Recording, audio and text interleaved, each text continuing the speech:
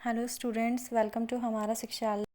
Next topic is objectives of accounting. Objectives हमारे accounting के करने के उद्देश्य क्या हैं कि हम ट्रांजैक्शंस को क्यों रिकॉर्ड कर रहे हैं, हमारा क्या उसके पीछे उद्देश्य है।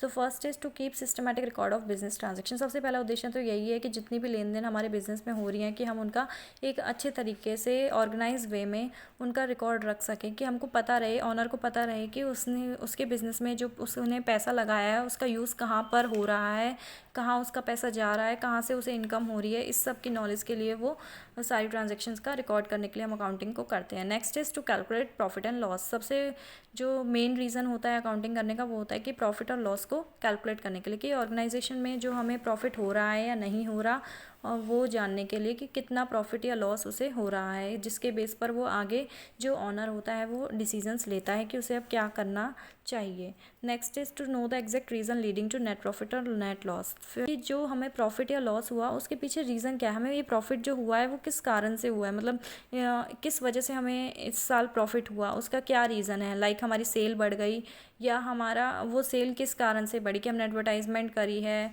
या हमारे कस्टमर कहाँ से इंक्रीज़ हुए हैं। तो ये सारे रीज़न जो है हमें अकाउंटिंग की हेल्प से पता लगता है कि हमारी कॉस्ट कम आई है प्रोडक्शन में, रीज़न पता चलता है कि हमें प्रॉफिट या लॉस कहाँ से हुआ है।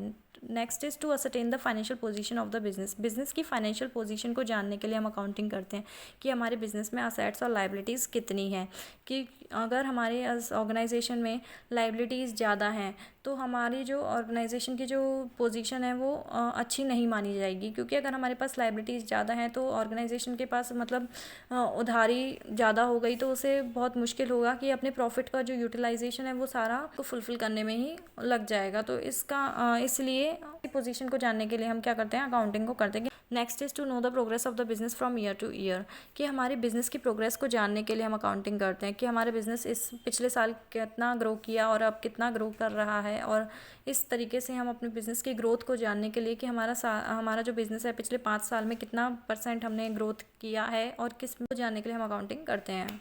Next is to prevent and detect error and frauds, कि जो हमारे ऑर्गेनाइजेशन में कोई भी एरर्स या फ्रॉड कोई हो रहे हैं तो उन्हें कोई एरर या फ्रॉड हमारे ऑर्गेनाइजेशन में हो रहे हैं या नहीं है पहचानना, और उन्हें अगर हो रहे हैं तो उसके लिए हम एक्शन ले सकते हैं। जैसे कि अगर कोई कैश है कि कैश का बैलेंस पहले कुछ और था और बाद में एकदम से कम हो गया, तो उसके पीछे रीज़न क्या है, ये कहाँ पे कम हुआ। तो उसके पीछे जितनी भी ट्रांजैक्शन होंगी कैश की, हम उसके बेस पर देख सकते हैं कि हमारा पैसा कहाँ का यूज़ हुआ है। तो हम इसके हेल्प से फाइंड आउट कर सकते हैं और उसके बेस पर डिसीजन ले सकते हैं। अगर हमें कोई फ्रॉड पाया उसके बेस पर करेक्टिव एक्शन ले सकते हैं। Next is to provide information to various parties, और जो अकाउंटिंग करने का वो होता है कि जो भी हमारी इंटरेस्टेड पार्टीज़ या स्टेक होल्डर्स होते हैं ऑर्गेनाइजेशन के, उन्हें इन्फॉर्मेशन देने के लिए, जैसे कि गवर्नमेंट को इन्फॉर्मेशन चाहिए होती है कि हमें कितना प्रॉफिट या लॉस हो रहा है ताकि हम उसी के अकॉर्डिंग टैक्स पे करें।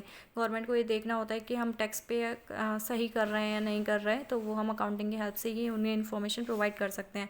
नेक्स्ट इज़ कि हमारे अगर हम बैंक से लोन लेते हैं तो बैंक को भी इन्फॉर्मेशन चाहिए होती है कि हमारे बिजनेस को कितना प्रॉफिट या लॉस है, कितनी हमारी असेट्स हैं, कितनी लाइबिलिटीज़ हैं, जिसके बेस पर बैंक डिसीजन लेता है कि उसे हमें लोन प्रोवाइड करना है या नहीं करना। तो उसमें भी हमारा अकाउंटिंग हेल्प करती है। तो इस तरीके से जो हमारी इंटरेस्टेड पार्टीज़ हैं उनको इन्फॉर्मेशन प्रोवाइड करने में अकाउंटिंग हेल्प करती है। ये सारे हमारे ऑब्जेक्टिव्स थे अकाउंटिंग के। Thank you.